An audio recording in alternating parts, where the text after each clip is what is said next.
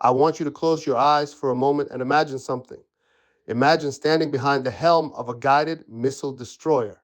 9,500 tons of American steel cutting through black water at 31 knots. The bridge is dark. The only light comes from the soft green glow of radar screens, the faint amber of the compass repeater, and the pale wash of moonlight through rain-streaked windows.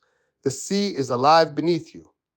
You can feel every swell, every cross current, every subtle shift in the water through the deck plates under your boots. Your hands are on the helm, not gripping it, not white knuckling it, just resting there, the way a pianist's fingers rest on keys. Light, confident, because after 25 years, the ship doesn't just respond to your commands. The ship is an extension of your body. You don't steer it, you breathe with it. You think, and it turns. You feel a current pulling the bow 3 degrees to port before any instrument on that bridge registers the deviation, and your hands are already correcting, already compensating, already keeping 500 souls safe while they sleep in their racks below decks without ever knowing how close the ocean came to swallowing them whole. That was my life. For 25 years, 4 months, and 11 days, that was my entire life. My name is Martin Coale, Senior Chief Petty Officer Martin Coale, United States Navy Rating Quartermaster. And for the better part of a quarter century, I was the senior helmsman aboard the USS Ardent DDG-98, a flight Avi Arleigh Burke, class-guided missile destroyer home-ported out of Naval Station San Diego. I was the man they called when the captain needed to thread a 9,000-ton warship through the Strait of Malacca at night in a monsoon. I was the man they called when we had to make an emergency transit through the Strait of Hormuz with Iranian fast attack boats buzzing our flanks at 400 yards. I was the man they called when Typhoon Noru bore down on the strike group in the Philippine Sea and every other ship in the formation was struggling to maintain heading, and the Ardent, my Ardent, held her course like she was on railroad tracks because I knew that ship the way I knew my own heartbeat. Let me tell you something about being a helmsman on a Navy destroyer that most people don't understand. Most civilians, and honestly, most junior officers fresh out of the Naval Academy or OCS, they think steering a ship is like steering a car. You turn the wheel right, the ship goes right. You turn the wheel left, the ship goes left. Simple. Mechanical. Something anyone could do, something a computer could do. And in the most basic, reductive, offensively oversimplified sense, they're not entirely wrong. Yes, you turn the wheel and the rudder moves and the ship changes heading. But that's like saying surgery is just cutting someone open. That's like saying flying a fighter jet is just pulling a stick. The act itself is simple. What makes it an art, what makes it the difference between life and death, is everything else. A ship at sea is not a static object following a line on a chart. A ship at sea is a living negotiation between forces that most people cannot see, cannot feel, and cannot comprehend. You have the wind. Not just the wind hitting the superstructure from one direction, but wind shear at different heights, gusts that catch the radar massed differently than the whole, crosswinds that change with every swell. You have the current, surface current, subsurface current, tidal current, currents created by the ship's own wake interacting with the seafloor in shallow water. You have the sea state, the height period and direction of the swells, and not just one set of swells, but often 3 or 4 overlapping wave patterns from different weather systems converging into a chaotic, unpredictable surface that is trying every single second to push your bow off course. And then you have the ship herself. 9,500 tons of steel does not respond to the helm the way a speedboat does. When I put the rudder over, there is a delay. The ship has momentum, inertia, hydrodynamic forces acting on the hull, and that delay changes depending on speed, loading, fuel state, sea state, and 100 other variables. At 15 knots in calm water, the Ardent takes approximately 6 seconds to begin her turn after I initiate a rudder command. At 30 knots in heavy seas, that response changes. In shallow water, it changes again. There's something called the squat effect, where the ship actually sinks lower in the water at speed due to reduced pressure under the hull, and her handling characteristics shift dramatically. In a narrow channel with a crosswind and a following current, the ship behaves like an entirely different vessel than she does in open ocean. I knew every single one of those variables, not from a textbook, not from a simulator, from 25 years of standing behind that helm with my hands on the wheel and my feet on the deck plates, feeling the ship talk to me through vibrations in the steel. I could tell you the sea state within half a foot just by the rhythm of the deck beneath my boots. I could feel a current shift before the GPS updated. I knew the exact amount of rudder I needed to hold the Ardent on course in a beam sea at 22 knots. Not because anyone taught me, but because I had done it 10,000 times. My body knew. My hands knew. The ship knew me, and I knew her. Over those 25 years, I served under 9 different commanding officers, 9 captains. Each one of them, at some point during their tour, told me some variation of the same thing. Senior Chief Coale, you are the best helmsman I have ever seen. Captain Jennifer Matsuda, my third KO, once told me after I navigated the Ardent through a nighttime transit of the Surigao Strait in zero visibility conditions with a failed radar, using nothing but dead reckoning, a paper chart, and the sound of waves breaking on the shoreline. She told me, Senior Chief, you don't steer the ship. You're this ship. That might have been the proudest moment of my career. At least until the day everything was taken from me. I had a perfect record. Perfect. In 25 years, I never once lost heading, never once missed a waypoint, never once put the ship in a position where the captain had to intervene. Not in a typhoon, not in a combat zone, not in the most congested shipping lanes on Earth. I had navigated the Ardent safely through more than 600 port entries and departures, through the Suez Canal, through the Panama Canal, through the Taiwan Strait during Chinese military exercises when we had PLA Navy destroyers shadowing us at 800 yards and one wrong move could have sparked an international incident. Perfect. 25 years of perfection. And then Lieutenant Commander Derek Whitmore arrived. I remember the exact date, March 14th, a Tuesday. The San Diego weather was beautiful, 72 degrees, clear skies, light onshore breeze.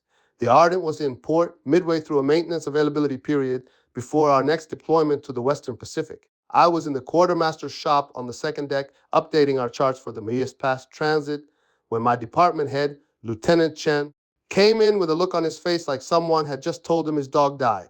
Senior Chief, he said, and the way he said it, slow, careful, the way you talk to someone before you deliver bad news. I knew immediately something was wrong.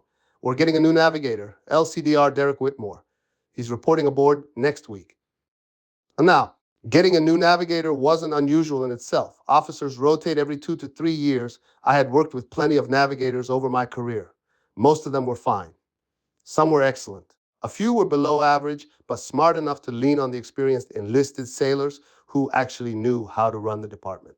So I asked the obvious question. What's his background? Surface warfare officer. Any ship handling experience? Lieutenant Chen paused.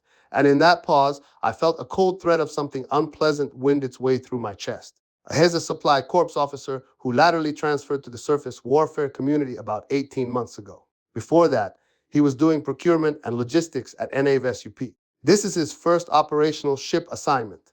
I stared at Lieutenant Chen for a long time. I want you to understand what he had just told me. The navigator of a guided missile destroyer, the officer directly responsible for the safe navigation of a $2 billion warship and the 500 human beings aboard her, was going to be a man who had spent his entire career in supply and logistics, a man who had never stood watch on a bridge, a man who had never navigated a ship through open water, let alone through restricted waters or heavy traffic, a man who had, in all likelihood, never even been to sea for any significant period of time. How? I asked. It was the only word I could manage. Lieutenant Chen shook his head. Bureau of Personnel. They're short on surface warfare officers. They've been allowing lateral transfers from other communities to fill billets. He went through an abbreviated surface warfare officer course, the 6-month accelerated version, and they gave him the qualification. The 6-month version. I repeated, and I could hear the disbelief in my own voice. The standard surface warfare officer qualification process takes years. You stand watches under instruction. You demonstrate competence in dozens of different scenarios. You are evaluated by experienced officers and senior enlisted personnel. The idea that someone could go through an accelerated 6-month version of that process and then be handed the navigation department of a front line destroyer was, to me, genuinely terrifying. Senior Chief, I know, Lieutenant Chen said. I've already raised my concerns with the XO. The XO raised them with the CO called BUPA. They were told that LCDR Whitmore meets all qualification requirements and that his assignment is final. I took a deep breath. All right, I said. It is what it is. I've broken in green officers before. I'll work with him. I'll train him up. By the time we deploy, I'll have him squared away. I actually believe that. I actually believe that with enough patience, enough mentorship, enough hands on training, I could bring this man up to a level where he could competently serve as navigator. I had done it before, not with someone this green, not with someone from the supply corps, but I had taken inexperienced junior officers and turned them into solid watch standers. I believed I could do it again. I was wrong. I was catastrophically, devastatingly, heartbreakingly wrong. Because the problem with Lieutenant Commander Derek Whitmore wasn't that he was inexperienced. Inexperience can be fixed. The problem with Derek Whitmore was that he was inexperienced and absolutely, unshakably, pathologically convinced that he already knew everything he needed to know. He reported aboard on March 21st. I was on the quarterdeck when he walked up the brow. He was tall, maybe 6'2", with the kind of angular build and perfect posture that screamed officer. Crisp khakis, razor-sharp creases, mirror-shine shoes. Academy ring on his finger, though I later learned he hadn't attended the Naval Academy. It was some kind of class ring from his OCS cohort that he wore in a way that made it easy to mistake for an Academy ring, which told me a lot about him right there. He carried a leather briefcase, not a sea bag, not a deployment bag, a leather briefcase. And when he stepped onto the deck of the Ardent, he looked around with an expression that I can only describe as disappointed, like the ship wasn't good enough for him, like it was smaller than he expected, like it was a stepping stone to something better. I introduced myself. Good morning, sir. Senior Chief Quartermaster Martin Coale. I'm the senior helmsman and lead navigation petty officer. Welcome aboard. He looked at me, not at my face, at my uniform. His eyes tracked across my surface warfare pin, my enlisted surface warfare specialist pin, my ribbons, my service stripes, 5 gold stripes on my left sleeve, each one representing 4 years of good conduct service. 20 years of unbroken good conduct visible right there on my sleeve. He processed all of that information in about 2 seconds, and then he looked at my face and smiled. It was the kind of smile that doesn't reach the eyes. Senior Chief, he said. Good to meet you. I've reviewed the department manning documents. I'll be making some changes. Not, I look forward to working with you. Not, I've heard great things about the navigation team. Not, I'd like to sit down and get your perspective on the department. His very first words to me, beyond the basic greeting, were, I'll be making some changes. I felt that cold thread in my chest again, tighter this time, but I smiled and said, of course, sir. Whenever you're ready, I'd be happy to walk you through our procedures, our watch rotation, our chart inventory, and our training plan for the Mali SPX deployment. That won't be necessary right away, he said. I want to do my own assessment first. Fresh eyes. Understood, sir, I said. And I meant it. There's nothing wrong with a new officer wanting to evaluate a department on their own before being influenced by the incumbent leadership. That's actually smart leadership in theory. So I gave him space. I let him settle in, let him review documents, let him observe. For the first 2 weeks, things were quiet. Whitmore spent most of his time in his stateroom reviewing publications, navigation manuals, and the ship's standing orders. He attended department head meetings. He observed bridge watches from the back of the pilot house without saying much. I thought maybe, just maybe, he was being humble. Maybe he recognized the gap in his experience and was trying to fill it quietly. Maybe I had misjudged him. Then, on April 4th, he called a department meeting. All of us were there. Me, the 5 other quartermasters in the department, the 2 electronics technicians who maintained our navigation equipment, Lieutenant Chen, who was on his way out as the outgoing navigator's assistant. We gathered in the chart room, a small cramped space behind the bridge filled with flat chart draws, plotting tools, and the smell of old paper and pencil graphite that I had loved since I was a 19-year-old Seaman apprentice. Whitmore stood at the head of the table. He had a PowerPoint presentation. In the chart room of a warship. He had printed slides, color printed, laminated, and he propped them up on a chart easel like he was giving a quarterly business review to Fortune 500 company. Good morning, team, he began. I've completed my initial assessment of the navigation department, and I have some observations and directives that I want to share. He clicked to his first slide. It read, and my stomach dropped. First, he said, I've noticed that this department relies heavily on manual processes, paper charts, hand-plotted fixes, manual bearing calculations. We have a fully integrated electronic navigation suite, GPS, ESTS, AI, radar overlay that is capable of handling 95% of our navigation requirements automatically. I want to transition this department to a primarily electronic navigation workflow. We will reduce our paper chart inventory by 70% and discontinue routine manual plotting except as required by regulation. I raised my hand. He looked at me with mild surprise, as if he hadn't expected anyone to have a question. Sir, I said carefully, we maintain paper charts and manual plotting capabilities as a backup to our electronic systems. Those systems can fail. GPS can be jammed or spoofed. We've seen it happen in the Persian Gulf and the South China Sea. EFTS can crash.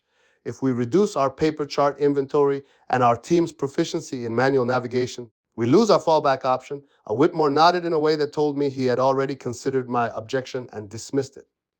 Senior Chief, I appreciate the concern, but we need to be realistic. When was the last time this ship had a complete electronic navigation failure? We had a GPS degradation event 14 months ago during exercises near Guam, I said. Chinese electronic warfare. Our GPS accuracy dropped to plus or minus 300 meters for 6 hours. We navigated on paper charts and radar fixes for the entire period. If we hadn't had those skills current, we would have had to reduce speed and potentially miss our operational timeline. One event in 14 months, Whitmore said, as if that proved his point rather than mine. And the system didn't actually fail, it degraded. The ECDS was still functional. Sir, in a combat environment. We're not in a combat environment, Senior Chief. We're preparing for a routine West Pike deployment. And I need this department to operate efficiently. Spending hours maintaining paper charts and practicing manual plotting that we almost never use is not an efficient use of manpower. I looked around the room.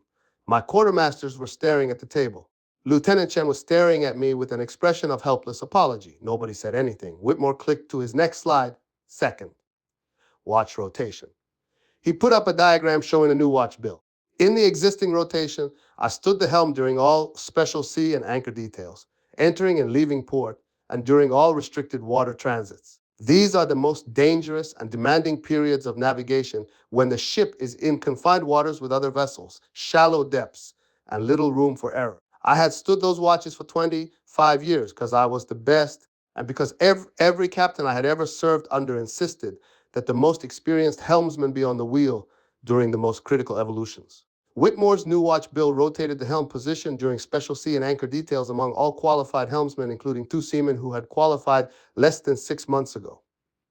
Sir, I said, and I could feel my voice getting tight. Seaman Reeves and Seaman Park qualified on the helm less than 6 months ago. They're competent for open ocean steaming, but they don't have the experience for restricted water transits. The standard practice on the ship, and on every destroyer I've served on, is to have the senior helmsman on the wheel during special sea and anchor. Standard practice isn't policy. Senior Chief, Whitmore said, it's habit, and habits can become crutches. If Reeves and Park are qualified, they need to stand the watches. That's how they develop experience. We can't have one person as a single point of failure for a critical watch station. I want to pause here and acknowledge that, on the surface, this argument has a kernel of logic in it. Yes, junior sailors need experience. Yes, it's bad practice to have only one person who can do a critical job, but there is a difference, a vast, yawning, ocean-deep difference between developing junior watchstanders gradually under close supervision and throwing them into the most demanding navigation scenarios on the ship with minimal oversight. You train them up. You put them on the helm in progressively more challenging conditions. You stand behind them, you coach them, you let them feel the ship in a beam sea before you put them in a narrow channel with a cross current. You don't just throw them into the deep end and call it development. That's not training. That's negligence. But Whitmore wasn't interested in my perspective. He had made his assessment. He had made his slides. He had made his decisions. His third directive was the one that broke something inside me. Third, he said, clicking to the next laminated slide.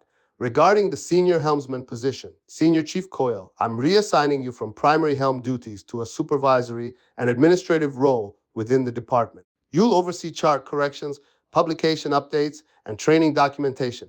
The helm will be rotated among the junior quartermasters as part of the new watch bill. The room went dead silent. Dead silent. I could hear the ventilation system humming in the overhead. I could hear someone's watch ticking. My quartermasters were looking at me with wide eyes. QM1 Vasquez, my right hand, my best petty officer, was clenching his jaw so hard I could see the muscles working under his skin, sir, I said, and my voice was very, very calm. The kind of calm that comes not from peace, but from the absolute, focused suppression of a volcanic eruption. Are you removing me from the helm? I'm transitioning your role, Senior Chief. Your experience is valuable, but it's being underutilized at the helm. Steering the ship is a junior task. I need your expertise in administration and documentation. Frankly, having a senior chief petty officer with 25 years of experience doing a job that a seaman can do is a waste of talent. A job that a seaman can do. He actually said those words. He stood there in his crisp caucus with his fake academy ring and his laminated PowerPoint slides and told the man who had navigated that ship through typhoons and combat zones and the most dangerous waterways on Earth for a quarter of a century, that my job was something a seaman could do. I looked at Lieutenant Chen. He wouldn't meet my eyes.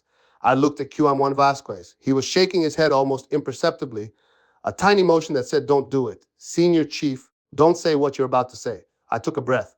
"Sir, I'd like to request a private meeting to discuss this further." "My door is always open, Senior Chief," Whitmore said.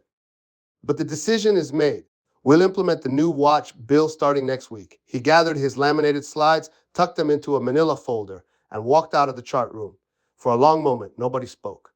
Then QM2 Torres, one of my younger quartermasters, a kid from El Paso who I had personally trained from the day he reported aboard as an undesignated seaman, said quietly, "Senior Chief, what do we do?"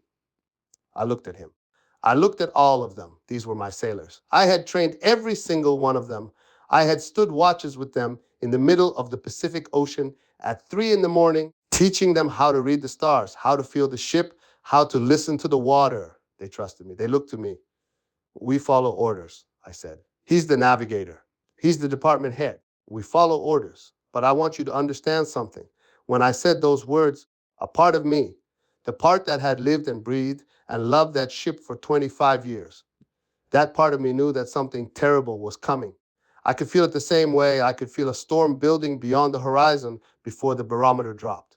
Something terrible was coming, and nobody with the authority to stop it was willing to listen.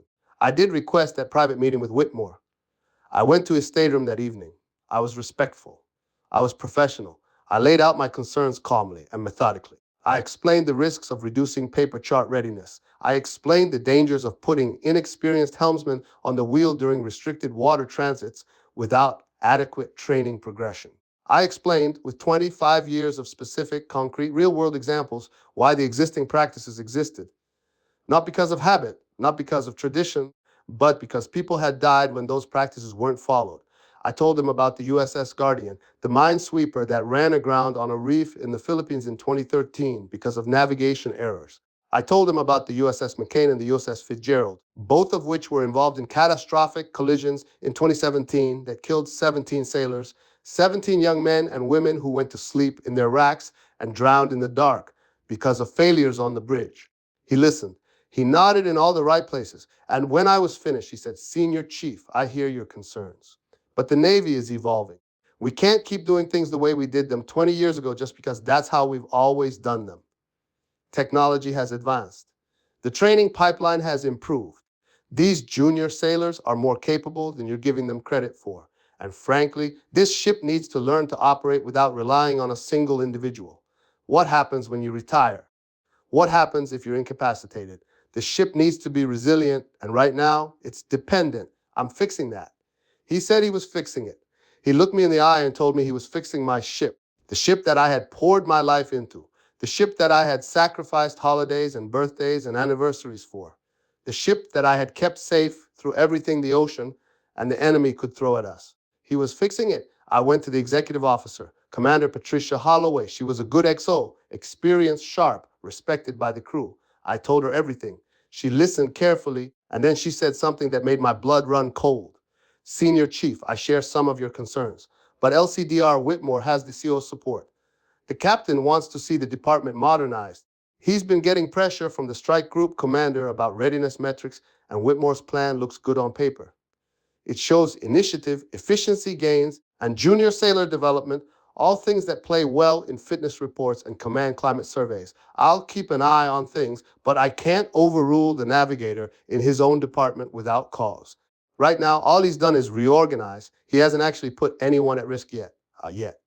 She said yet. Even she knew.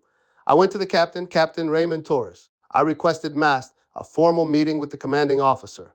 I sat in his cabin and I told him, respectfully, directly, and with every ounce of professional credibility I had earned over 25 years, that the changes being implemented by the new navigator were dangerous. That pulling me off the helm during critical evolutions and replacing me with sailors who had less than a year of experience was a risk that could result in a serious incident. That reducing our paper chart capability was reckless given the electronic warfare environment in the Western Pacific. Captain Torres listened. He thanked me for my candor. And then he said, "Senior Chief, I trust you. I've seen your record, and it's impeccable. But I also need to give my new navigator room to lead. He's made some changes, and some of them might not stick. But I need to let him try. If there are safety issues, I expect you to report them through the chain of command, and I will act on them. But I'm not going to undercut my navigator before he's even had a chance to prove himself." I left the captain's cabin and stood on the weather decks for a long time, looking out at the San Diego harbor. The sun was setting over Point Loma. The water was golden purple. Somewhere out there, beyond the breakwater, beyond the horizon, was the Pacific Ocean. The ocean that had been my home, my teacher, my adversary, and my church for 25 years. And I knew, standing there with the salt wind on my face, that I had done everything I could do within the system. I had raised my concerns to my department head, my XO. I had been heard, acknowledged, and overruled. I had one option left. I could accept the reassignment, sit at a desk, update charts, and watch from the sidelines as everything I had built was dismantled. I could stand in the back of the bridge during Special C and anchor details and watch an inexperienced seaman struggle with the helm while Whitmore stood over them with his PowerPoint confidence and his 6-month qualification. And I could say nothing because I had been taken off the watch bill and my input was not requested, or I could leave. For the record, I didn't leave in anger. I didn't storm off the ship. I didn't throw my cover on the deck and march down the bow in some dramatic Hollywood exit. I did something far more measured, far more deliberate, and far more devastating. I retired. I had 25 years of service. I was eligible for retirement at 20. I had stayed 5 extra years because I loved the ship, I loved the crew, and I loved the job. There was nothing keeping me in the Navy except my own devotion. So when Whitmore took the helm away from me and told me to go sit at a desk and do paperwork, I went to the personnel office and I submitted my retirement request. I gave 30 days notice, which is the minimum required. I was scrupulously professional about it. I completed every turnover document. I updated every chart. I organized every publication. I left the navigation department in pristine administrative condition. Whatever happened after I left, nobody would be able to say I didn't do my job until the very last day. The reaction on the ship was immediate and visceral. My quartermasters were devastated. QM1 Vasquez came to my berthing area the night I announced my retirement and sat on the rack across from me and said, "Senior Chief, you can't leave us with him. You can't." I looked at Vasquez, a 10-year sailor, a damn good quartermaster, a man I had trained from scratch. And Vasquez, I have done everything I can. I raised my concerns to everyone in the chain of command. Nobody listened. I'm not going to sit at a desk and watch this happen from 30 feet away when I can't do anything to stop it. The best thing I can do for you right now is leave, because when this goes wrong, and it will go wrong, the investigation will ask why the most experienced helmsman on the ship was reassigned to administrative duties by an officer with no ship handling experience. My retirement will be part of the record. It will be evidence. It will protect you. Vasquez stared at me. Then he nodded once, slowly, and left. Dexo called me in. "Commander Holloway." She asked me to reconsider. She said the ship needed me. I told her respectfully that the ship had needed me at the helm, and the navigator had decided otherwise. I told her that I had raised my concerns and been overruled, and that I was exercising my right to retire at my earliest eligibility. She couldn't argue with that. She just looked at me with an expression that was equal parts sadness and resignation, and she said, "I understand, Senior Chief. Fair winds." Whitmore himself said nothing about my retirement. Nothing. He didn't come to my retirement ceremony, a small, modest affair on the fantail, attended by about 60 sailors who had served with me over the years. He didn't sign my retirement plaque. He didn't shake my hand. As far as he was concerned, I was a piece of legacy equipment being decommissioned, old, outdated, and no longer necessary. He had already replaced me on the watch bill with Seaman Reeves, a 20-year-old kid from Minnesota who had been in the Navy for 14 months and had exactly 4 months of helm experience, all of it in open ocean.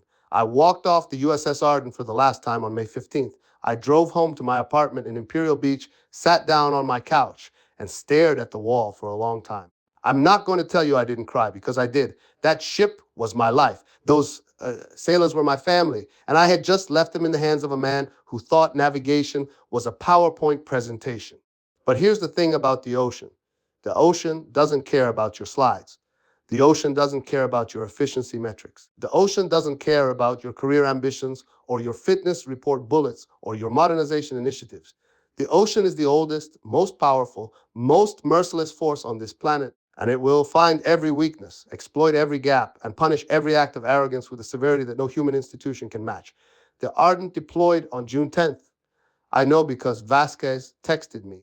Just a simple message. We're underway. Heading out of San Diego. Reeves is on the helm for the harbor transit. He almost missed the turn at buoy 9. Whitmore didn't even notice. I stared at that text for a long time. Buoy 9. That's the turn from the main channel into the outer harbor approach. It's a 30-degree course change with a cross current from the tidal flow. I had made that turn 1,000 times. The key is to start your rudder early, about 2 ship lengths before the buoy, because the current pushes you wide.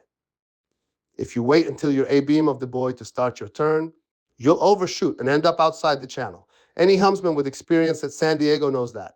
Reeves didn't. And Whitmore, the navigator, the man responsible for knowing every turn, every buoy, every current in the transit, didn't notice that his helmsman almost took the ship out of the channel. Over the next several weeks, I received periodic updates from Vasquez and a few other sailors who stayed in touch with me. The picture they painted was terrifying. During the transit to Hawaii, the first leg of the highest paid deployment, Whitmore directed the officer of the deck to reduce the navigation detail from 4 people to 2, citing his efficiency initiative. This meant that during the overnight transits, there was 1 person on the helm and 1 person plotting, and that was it. No dedicated lookout on the chart, no backup bearing taker, no safety net. On a previous deployment, I would have had 4 quartermasters on the bridge at all times during a transit, plus myself at the helm during any critical period. In the Philippine Sea, the ship encountered heavy weather. Nothing extreme by Western Pacific standards, just a sustained 30-knot crosswind with 8 to 10-foot seas. Vasquez told me that the helm watch, Seaman Park, the other junior helmsman, was struggling to maintain heading. The ship was yawing 10 to 15 degrees on either side of the ordered course, which is excessive. In those conditions, I would have been holding within 3 degrees. Whitmore was on the bridge. He watched Park struggle for 45 minutes before finally telling the officer of the deck to slow down, which reduced the rudder authority and actually made the problem worse in beam seas. He didn't know. He didn't understand the basic physics of ship handling in heavy weather, that in a beam sea, you often need more speed, not less, to maintain steerage and keep the bow from falling off. Then came the night of July 19th. I know every detail of what happened that night because of 3 sources. The text messages I received from Vasquez in real time, the official investigation report that was published 4 months later, and the testimony given at the subsequent inquiry, which I was called to provide as an expert witness. I'm going to tell you this story exactly as it happened, and I want you to understand that every single thing I am about to describe was preventable. Every single thing. The Ardent was transiting the Strait of Singapore. If you're not familiar with the Strait of Singapore, let me paint the picture. It is one of the most congested waterways on Earth. At any given time, there are approximately 1,000 vessels in the strait. Container ships, tankers, bulk carriers, fishing boats, ferries, pleasure craft, and naval vessels from half a dozen different countries. The navigable channel is narrow. In some places, it's less than a mile wide. There are shoals on both sides. The current runs at 2 to 3 knots. And at night, the visual picture is overwhelming. Hundreds of lights from vessels, shore installations, navigation aids, and fishing boats, all blending together into a chaotic tapestry that can disorient even an experienced navigator. This is exactly the kind of transit where, in any sane watch organization, you would have your most experienced team on the bridge, your best helmsman, your most seasoned quartermasters, your sharpest officer of the deck. You would have extra lookouts posted. You would have the captain and the navigator both on the bridge. You would have paper charts plotted and updated every 3 minutes. You would have every radar scope manned and every radio channel monitored. Do you want to know what Whitmore had? He had Seaman Reeves on the helm, 20 years old, 14 months in the Navy. His total experience navigating restricted waters consisted of the San Diego Harbor Transit, where he almost missed the turn at buoy 9. He had 1 quartermaster, Cum 3 Santos, on the chart. Santos was competent but junior. He had been in the department less than 2 years. He had reduced the number of lookouts to the minimum required by standing orders. Two, despite the extreme traffic density, he had elected not to call the captain to the bridge for the straight transit because, and this is from the investigation report, he believed the transit was routine and did not warrant disturbing the commanding officer. And the paper charts. Remember how Whitmore had reduced the paper chart inventory by 70%. The Ardent did not have a current, large-scale paper chart of the Singapore Strait aboard. They had the electronic chart on the ECIs. They had a small-scale overview chart that covered the entire Strait of Malacca and Singapore. But the detailed large-scale chart that shows every buoy, every depth sounding, every shoal, every traffic separation lane in the Singapore Strait, the chart that I would have had spread out on the chart table with our course line drawn in pencil and our position plot every 2 minutes, that chart had been removed from the inventory during Whitmore's modernization initiative because, in his words, it was redundant with the ECIs. The transit began at approximately 2200 local time. The weather was clear. Visibility was good. The sea state was calm. By every measurable environmental factor, this should have been a manageable transit. Not easy. The Singapore Strait is never easy, but manageable if you had the right people in the right positions. At 2247, the Ardent was in the eastbound traffic separation lane, making 15 knots. The easty ice was displaying the electronic chart. The GPS was functioning normally. Santos was monitoring the ECDS and the radar. Reeves was on the helm. Whitmore was on the bridge, standing behind the officer of the deck, a junior lieutenant named Carter, who was on his first deployment.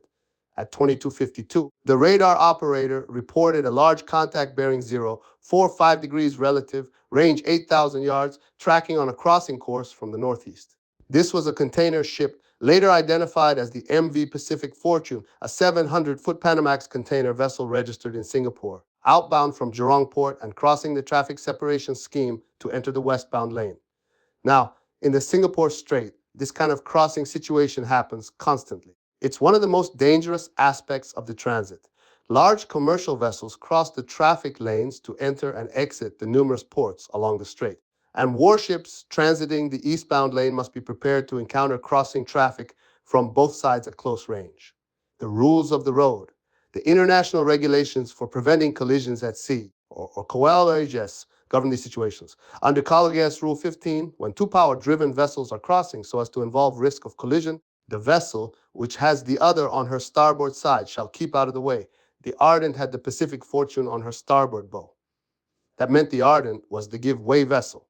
The Ardent was required to take action to avoid collision. Lieutenant Carter, the officer of the deck, reported the contact to Whitmore. Whitmore looked at the radar. He looked at the EC dice, and he said, and this is from the bridge voice recorder, word for word, "It's fine. He's going to pass ahead of us. Maintain course and speed." He made this assessment based on a glance at the radar. He did not calculate a closest point of approach. He did not plot the contact's course and speed. He did not use the radar's automatic tracking function to determine whether a collision risk existed. He looked at the radar picture, made an instinctive judgment, a judgment informed by absolutely zero experience in shipboard radar interpretation, and decided that everything was fine. It was not fine. At 22:58, 6 minutes later, the contact had closed to 4,000 yards. Santos, the quartermaster, called out from the chart table, "Sir, that contact is getting close. I'm showing a CPA of less than 500 yards. 500 yards, that's a quarter of a nautical mile. Between a 9,000-ton destroyer and a 40,000-ton container ship in a narrow strait at night. To put that in perspective, the minimum CPA I would ever accept for a contact of that size in those waters was 2,000 yards, and I would start maneuvering at 8,000 yards to ensure I maintained that distance." Whitmore looked at the radar again. "It's fine," he said again. "Hayes going to pass ahead." At 23:02, the Pacific Fortune was at 2,000 yards, and it was now visually apparent to everyone on the bridge that the container ship was not going to pass ahead. The bearing was steady. For those who don't know maritime navigation, a steady bearing with decreasing range is the definition of a collision course. This is the most basic, fundamental, day one concept in collision avoidance. If you are looking at another vessel and the bearing does not change, it doesn't drift forward, it doesn't drift aft, it just stays at the same relative bearing while the range closes, you are going to hit each other. Period. Lieutenant Carter, the officer of the deck, finally spoke up. Sir, recommend coming right to course 180 to open the CPA. Whitmore hesitated. He hesitated. In a situation where seconds mattered, where the distance between his ship and a collision was closing at a combined rate of nearly 30 knots, half a nautical mile every minute, he hesitated. Negative, he said. Coming right will take us out of the traffic lane. We'll be in the westbound lane. Hold course. This was wrong. This was catastrophically, lethally wrong. Yes, coming right would have taken the Ardent into the separation zone between the eastbound and westbound lanes.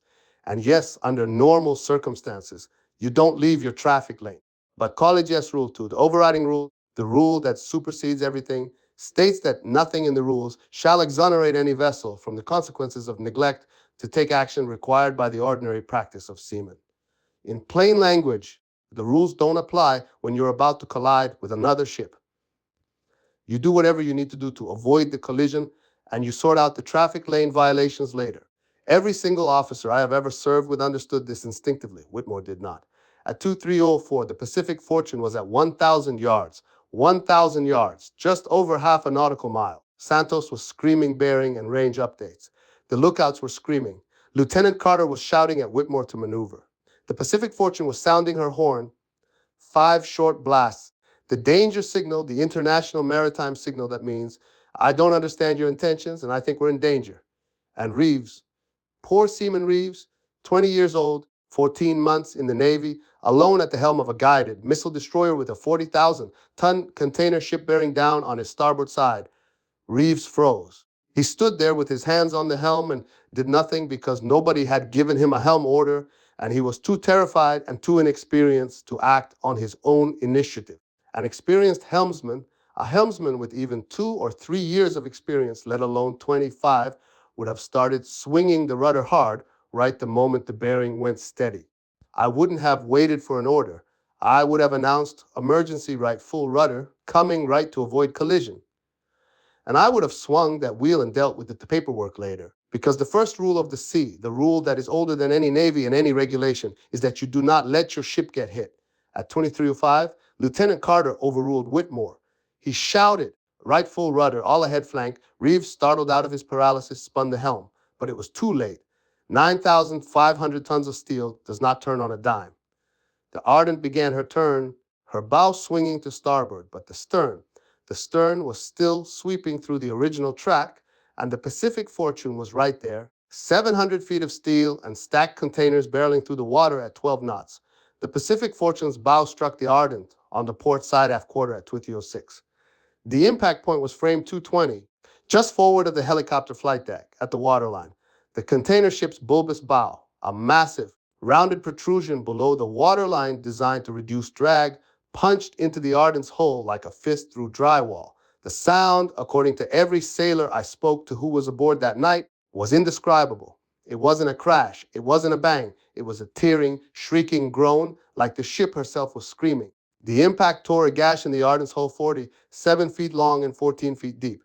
It breached 2 compartments, the aft auxiliary machinery room and a berthing space. It ruptured a fuel tank, spilling 23,000 gallons of JP5 jet fuel into the sea. It severed electrical cables, ruptured a fire main, and destroyed the port shaft bearing, rendering the port propulsion shaft inoperable. 14 sailors were in the berthing compartment when the Pacific Fortune's bow came through the bulkhead. By the grace of God, and I do not use that phrase lightly, all 14 of them survived. The impact threw them from their racks. The flooding began immediately. Water poured into the compartment through the gash in the hull. It was dark. The lights had failed. They were in water up to their waists within minutes. But the damage control team, trained by people like me, trained the old way, trained to react instinctively in the dark, underwater, in the worst possible conditions. The damage control team got every single one of those 14 sailors out of that compartment before it flooded completely.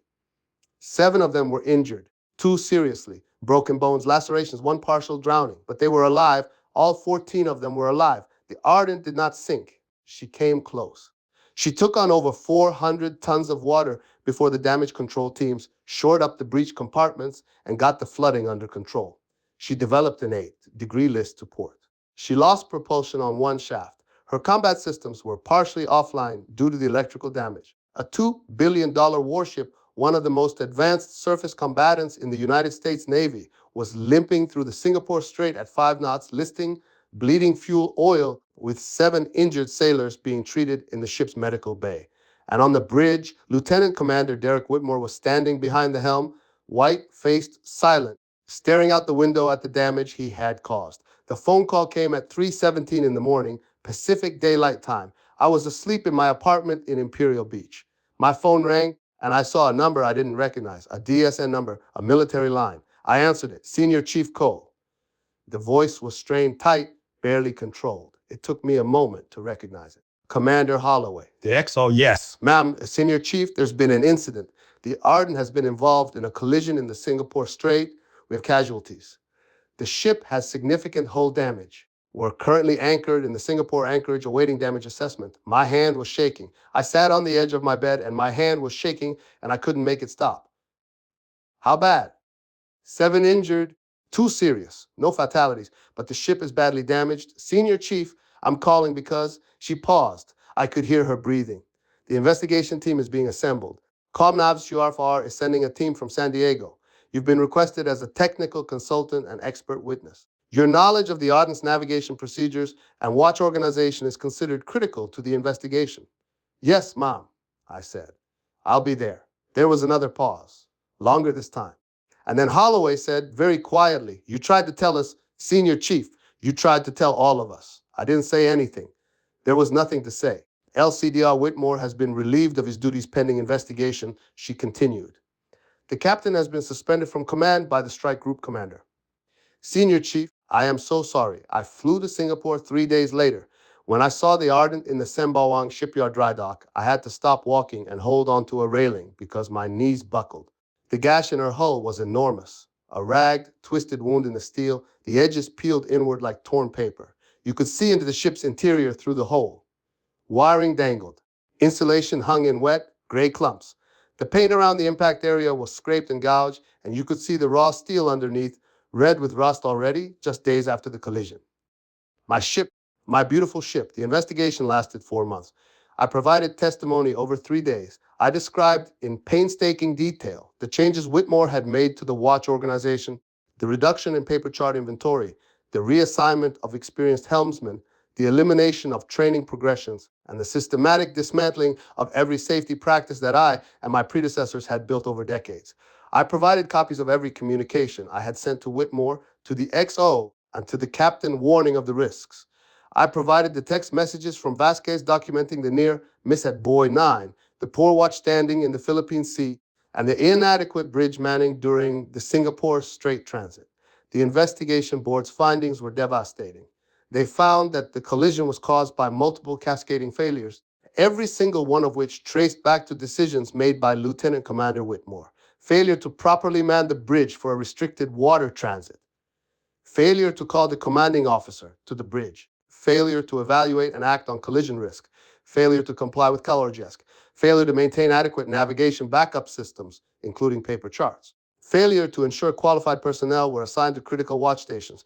And the overarching finding, failure of leadership. The investigation report specifically noted. And I am quoting from memory, but this is nearly verbatim. The reassignment of QMCS Coale from the senior helmsman position and his subsequent retirement removed the most experienced and capable navigation professional from the ship's watch team at a critical time. This reassignment was made without adequate justification and against the advice of experienced personnel, and it directly contributed to the degraded bridge watch-standing capability that existed on the night of the collision. Whitmore was court-martialed. He was found guilty of dereliction of duty and hazarding a vessel. He was sentenced to a reduction in rank to lieutenant, forfeiture of pay, and dismissal from the naval service. His career was over. His pension was gone.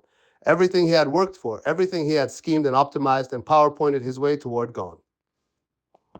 Destroyed not by the ocean, but by his own arrogance. Captain Torres was relieved of command. He received a letter of reprimand that effectively ended his career. He retired as a captain, but he would never command another ship. The XO, Commander Holloway, received a non-punitive letter of caution. She continued her career, but the shadow of the Ardent followed her.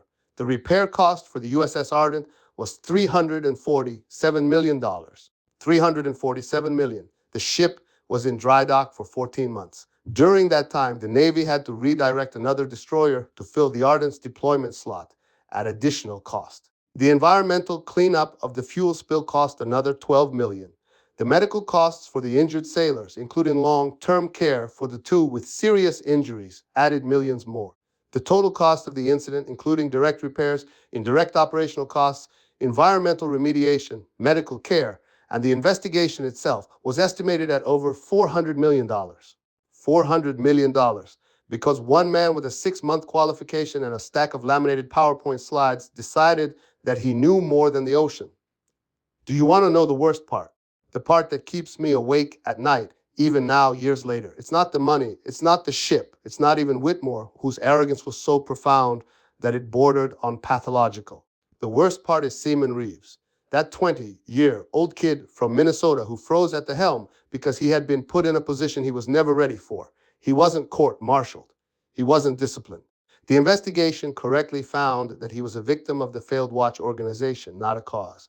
But he left the Navy 6 months later. He couldn't go back to sea. Every time he stood behind a helm, his hands shook. He had nightmares about the sound of the collision, that deep, tearing, shrieking groan. I spoke to him once at the investigation. He was sitting in a waiting room outside the hearing chamber, and he looked up at me with these haunted eyes and said, "Senior Chief, I'm sorry." I froze. "I'm so sorry." And I sat down next to him, and I put my hand on his shoulder, and I said, "Son, it wasn't your fault. None of this was your fault. You were put in a position you shouldn't have been in by a man who didn't know what he was doing. You have nothing to apologize for," he cried.